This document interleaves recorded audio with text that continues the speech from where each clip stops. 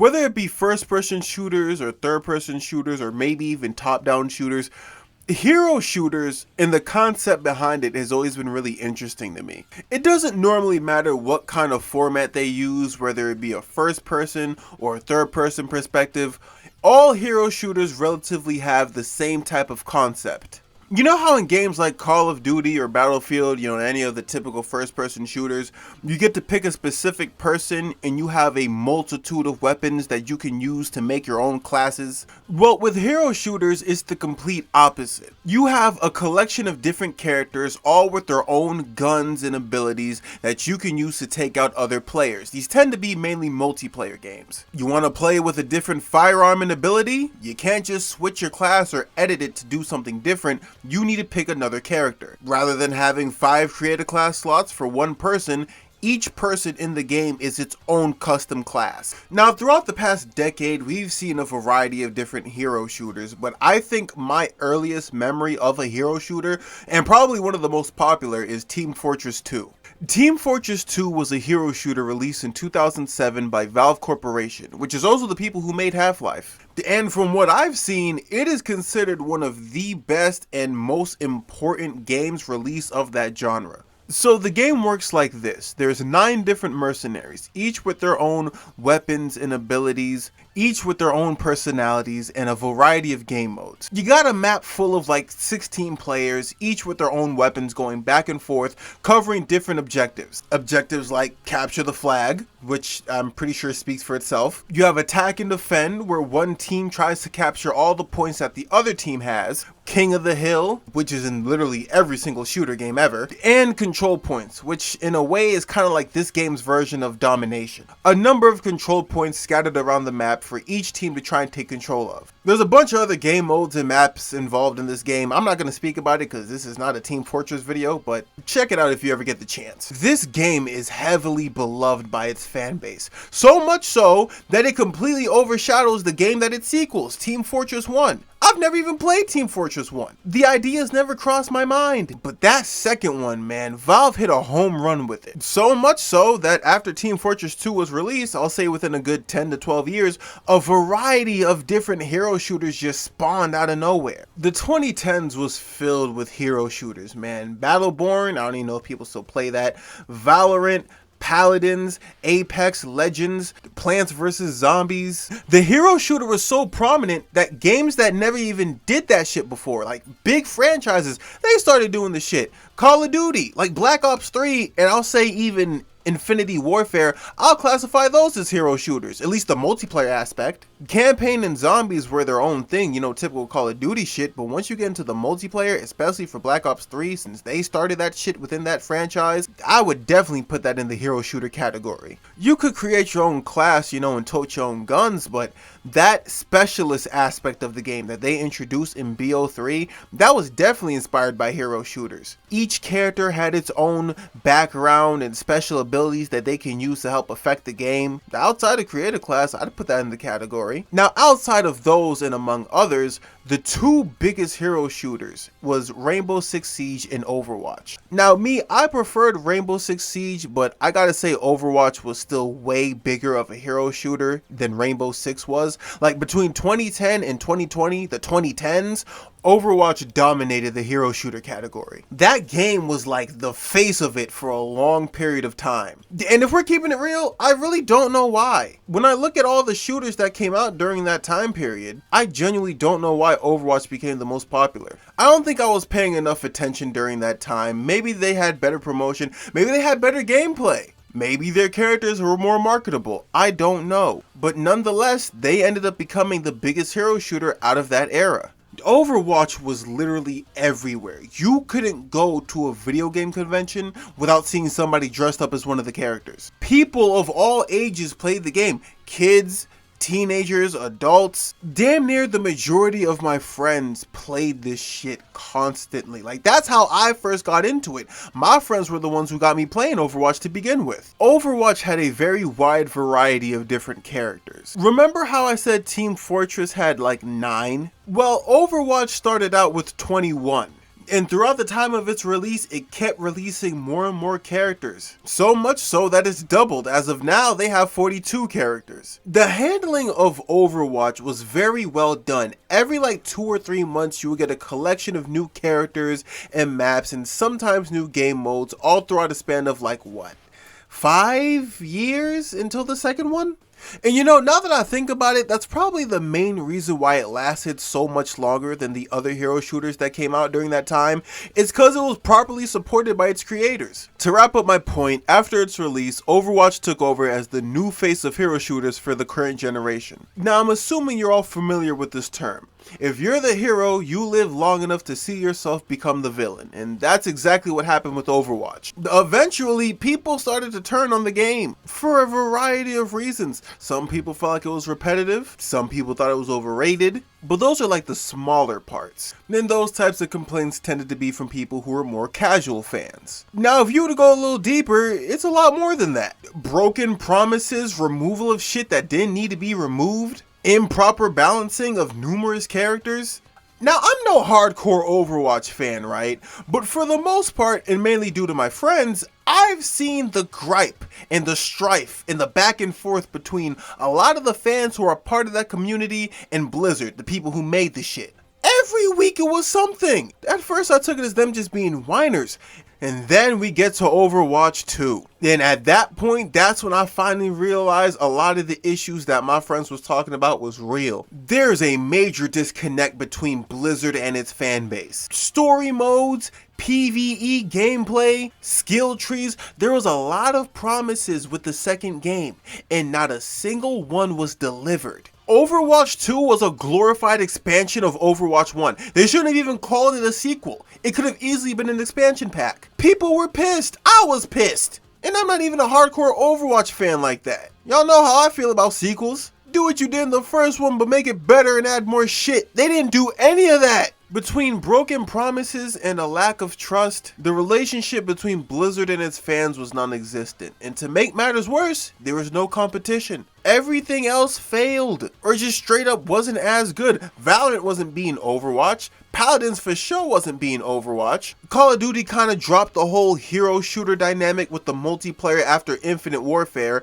but then they ended up coming back with it with Black Ops 4, but that was ass. Everybody hated that. That game was trash. Battleborn servers ended up shutting down in 2021. Gotham City Imposters, which I consider a hero shooter, came before all this shit. It came after Team Fortress 2, but it came before Paladins, Overwatch, and the other hero shooters of the 2010 era. And that game was damn near forgotten about a year after its release. Overwatch was in shambles, but there was nothing there at the time to go against it. So after the release of Overwatch 2, you guys were basically stuck with it for another 3 years. That was until late 2024 came around and they finally got competition within Marvel Rivals. Releasing on December 6th of 2024, Marvel released its first hero shooter, Marvel Rivals, through NetEase Gaming. Now, Marvel Rivals was actually announced the same year it was released, alright? It was announced in March of 2024. Now, between March and its later release date of December, a lot of people, myself included, was greatly anticipating the release of this game. Now, we all had our own reasons. For me, it was fun to play as a third-person shooter through Marvel characters. I'm a Marvel fan. I like anything Marvel. I was curious about what kind of characters they'd be in the game.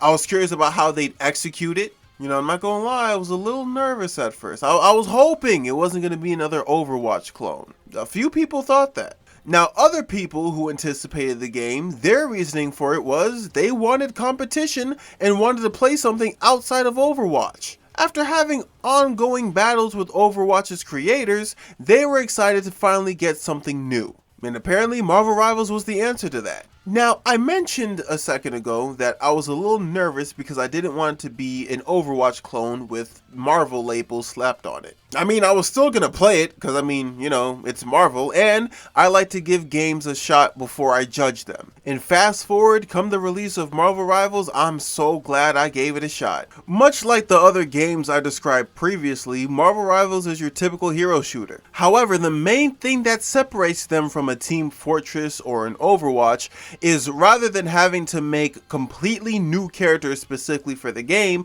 they just use characters that already exist, Marvel characters. Currently with 37 characters, this game has a wide variety of heroes and villains all across the Marvel universe. Punisher, Venom, Winter Soldier, Spider-Man, Loki, Captain America, Hela. Hell, Squirrel Girl made the cut. Some of the top superheroes, like Iron Man and any of the Avengers you would expect to see in this game. But they pulled out a few lower ranked characters. Psylocke, Adam Warlock, Jeff the Shark. Some people might be surprised that I said Psylocke, but let's keep it real. Unless you're an X-Men fan, I don't think most people who strictly follow the MCU would know who that is.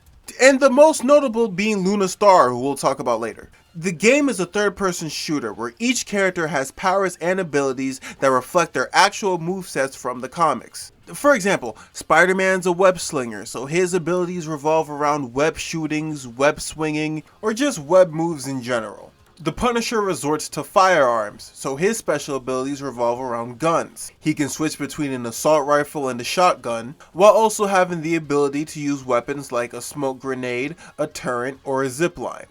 Wolverine, outside of his healing factor, he resorts to his claws. So the main form of combat you have with Wolverine is melee. You gotta get in your opponent's face in order to use him, but if you're at a distance you can lunge at him. It also works with people who are high in the air. And you also have guys like Iron Man, who is mainly more aerial, because Tony Stark, Iron Man suit, the motherfucker can fly. Now, his combat abilities mainly revolve around beams. Blasting people with plasma shots, firing missiles at opponents. But he's also really great for mobility. You can use him to flank the other team, you can use him to get him to certain points in the map faster than you could with a ground opponent or a ground player. Then it's not just him, the Human Torch is great for all the same reasons. Every character has their own abilities and perks and cons, it's all for you to find. Now on the topic of abilities, another thing that separates Marvel Rivals from, let's say, an Overwatch or any other hero shooters are the team-up abilities. See, with most shooters, even though you're all part of the same team, you can all do your own individual work in order to get the same goal, which is the win. But in Marvel Rivals, it's completely different. You can do that if you want, but teamwork is heavily advocated, especially in the form of team abilities. Now, team abilities work like this. If you and a pair of your teammates select a certain group of characters, you and your teammates will get certain enhancements. The reason why you get these enhancements is because each character is lumped into a certain group with one or more characters, normally two, called a team up, where they all get their own special abilities. Now for me, my main is the Winter Soldier. That's the person who I play as the most. If I'm on a team with someone who plays as the Rocket Raccoon or the Punisher, we get ammo enhancements. We get infinite ammo and our fire rate increases. That's the enhancement for our team up. Now the ammo enhancements is mainly for the Punisher and the Winter Soldier. In order for it to be activated, the team up holder, which is Rocket Raccoon, needs to activate it by dropping an ammo load. For certain team ups, in order for the abilities to activate, a certain character needs to be the one to activate it first. This is normally in like team ups of 3. Like with the team up with Namor, Jeff the Shark, and Luna Star. Luna is an ice character. Jeff and Namor are water characters. Luna infuses her ice abilities into Namor and Jeff, so whatever water abilities they have are now ice abilities. In order for that to happen, Luna Star, being the team up holder, needs to activate her abilities. So even though you're all lumped together, the person who's playing as her needs to be the one to activate it. The team ability itself relies on her specifically. Oh, so I lied, by the way. I'm pretty sure I said some of them require a team holder. Yeah, no, I lied. It's actually all of them. In total, there are currently 17 different team-ups for you to use between a variety of characters. So pick wisely. And I like it for a number of reasons, right? Number one, it fits the whole Marvel superhero team-up aesthetic. And number two, it makes sense.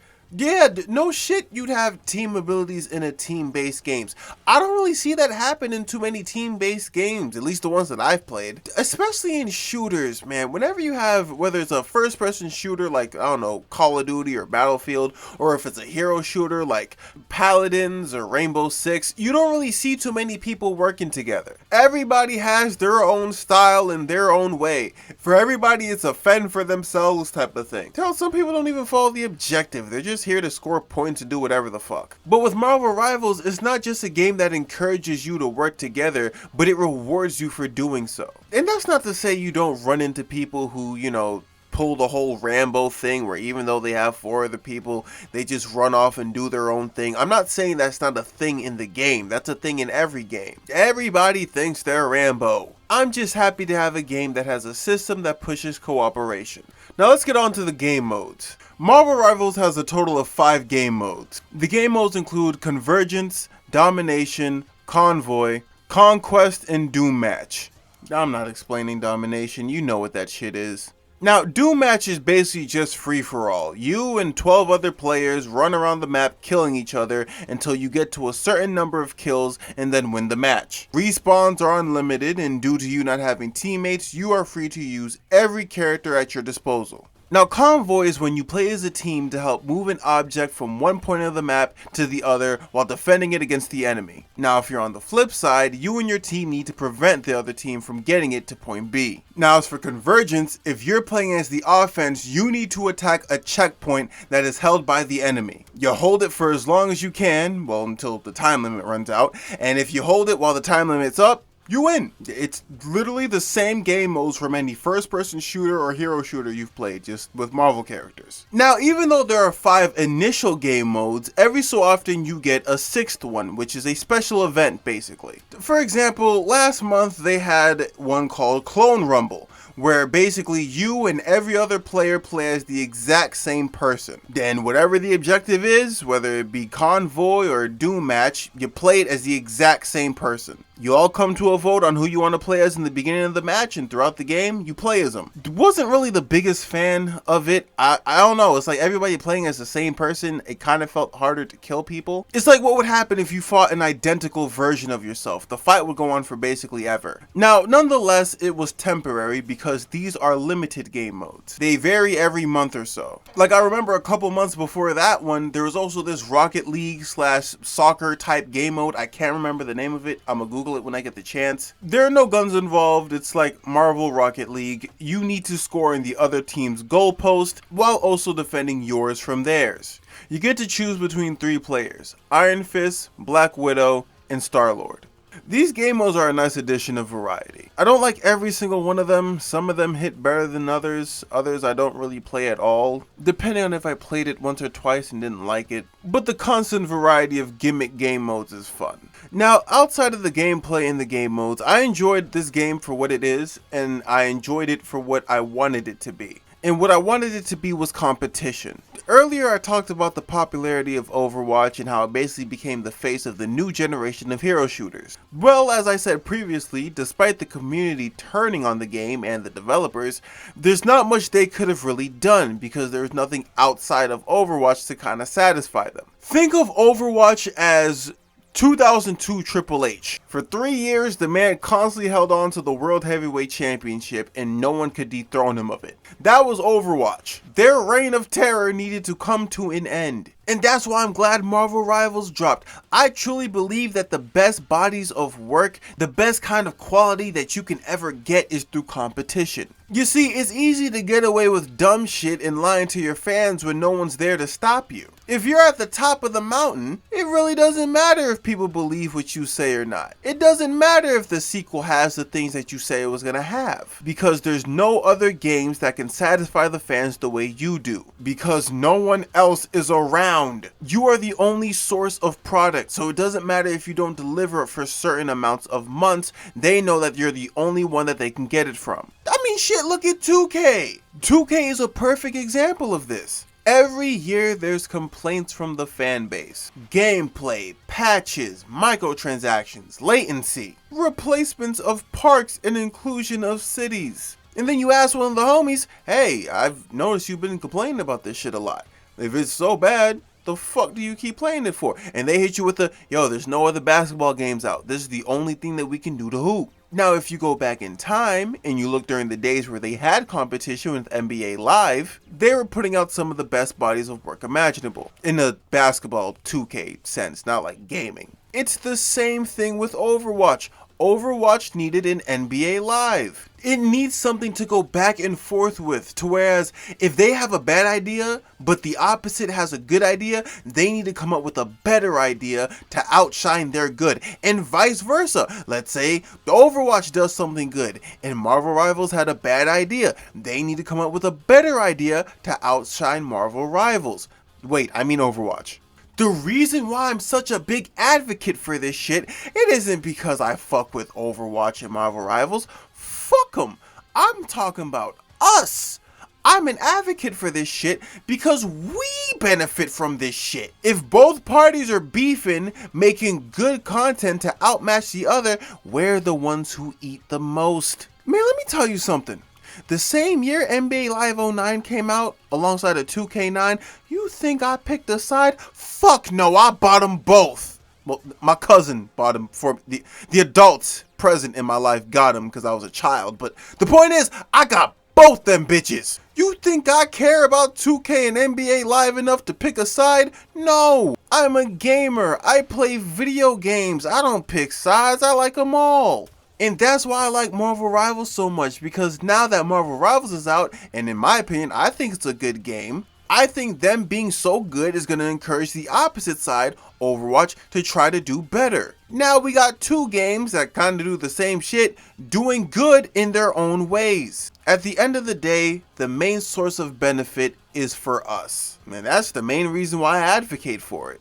Hell, Marvel Rivals went so far as to pick up characters that most of us, if I'm gonna say the majority of us, probably didn't even know about. Hell, look at Luna Star. And I said I will bring her up later. This is the later. She was an original character made for some game called Marvel Future Fight, which was like a mobile game back in like 2017, 16. I didn't know that. They really pulled out all the stops. They got C-list, B-list, A-list, and no-list characters for this game that they really took a gamble on. And something I like about Luna Star being added is that it makes me wonder, okay, what other characters are going to be added later? I mean, we all know, I feel like we all know guys like, I don't know, Deadpool and whatever, they're going to get added eventually. Which that by itself is insane, man. It's so, side note, it's so crazy seeing Deadpool become like an A-list superhero. Whereas when you have a game like Marvel Rivals, you expect to see him in the game day one. Like, my introduction to Deadpool was like, I think it was Marvel Ultimate Alliance 1 on the PS2, and I legit thought he was like an evil version of Spider-Man. I don't know why. Their costumes aren't that much alike. But other than the Ultimate Alliance games, and then later Marvel vs. Capcom, I didn't really see much of Deadpool outside of that. I mean, he was also on that episode of Ultimate Spider-Man, and then eventually he got his own game. But I never saw him getting a fucking movie franchise and damn near global success. It's crazy. But back to the topic, I want to see a multitude of characters come through. I want to see Iceman. I want to see Gambit. I want to see Nick Fury. I want to see Ghost Rider. The Marvel Universe has like hundreds, if not thousands, of superheroes. They will literally never run out of ideas for this game. There is a wide variety of superheroes that can just pull up out of nowhere. Hell, just for shits and giggles, I mean, seeing how Luna Star and Squirrel Girl made the cut, even though Squirrel Girl is kind of popular. I want to see Night Thrasher pull up. Not for any particular reason. I just want to see how they'd execute his mobility, and you don't really see him in literally anything outside of the comics and like YouTube videos. Another character I'd like to see is the Green Goblin. I feel like there's only like a select few amount of aerial characters that we have, you know, Iron Man, Human Torch. I want to see more in the sky heroes, or villains for that matter. Whatever they got, I'll take it. Whether it be hero or villain is a great addition nonetheless. And that's my opinion on Marvel Rivals. I feel like it took me a while to make this video, like a long while. I've been gone for like, what, damn near 40 days? I don't know, man. I've been kind of distracted. And I've been saying this a lot, but I'm going to say it again. It's not like I don't run out of ideas. I have material. There's a fuck ton of games that I can play to make a video on. I just don't know what to do. Like, I don't know which one to start. Like, I said I would make a WWE 12 video, then I said Watch Dogs, then I said Street Fighter. I ended up doing Street Fighter. Now I'm thinking Assassin's Creed, which is another reason why this shit's taking me so long. I spent a lot of my time playing Assassin's Creed. Your boy's been distracted. Nonetheless, I hope you enjoy this video. I got a few more videos that I got coming. I just gotta work on them. I got the footage for a number of games that I want to talk about. I just gotta pick the one that I want. Either way, y'all gonna get it soon enough. I hope y'all enjoyed this video. I'll see you on the next one, and I'm out. I appreciate y'all for watching Reggie TV.